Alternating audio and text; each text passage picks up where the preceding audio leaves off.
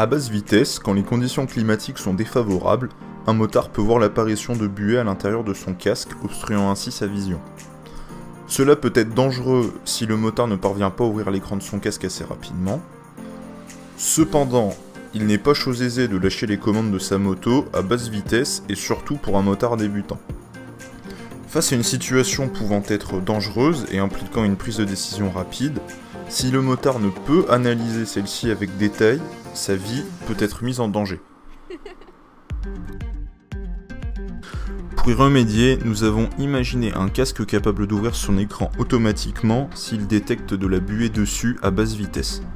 Notre casque intelligent peut détecter la vitesse du motard en temps réel et en continu. En effet, à l'aide d'un module GPS XBee, le casque intelligent est capable de récolter la vitesse instantanée du motard. Si la vitesse est trop basse, le casque vérifie la présence de buée sur son écran.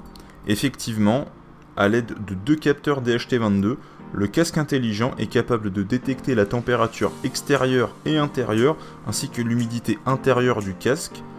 Cela lui permet de déduire la présence de buée ou non sur l'écran. S'il y a de la buée sur l'écran, le casque ouvre son écran.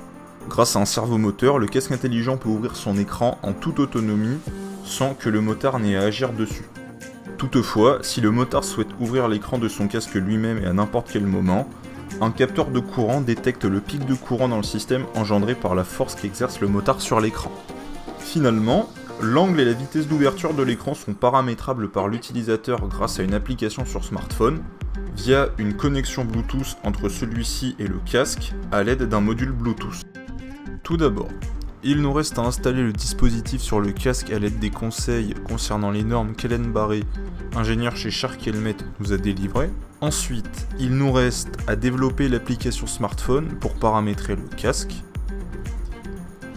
Et finalement, il nous restera tout simplement à tester notre produit en conditions réelles.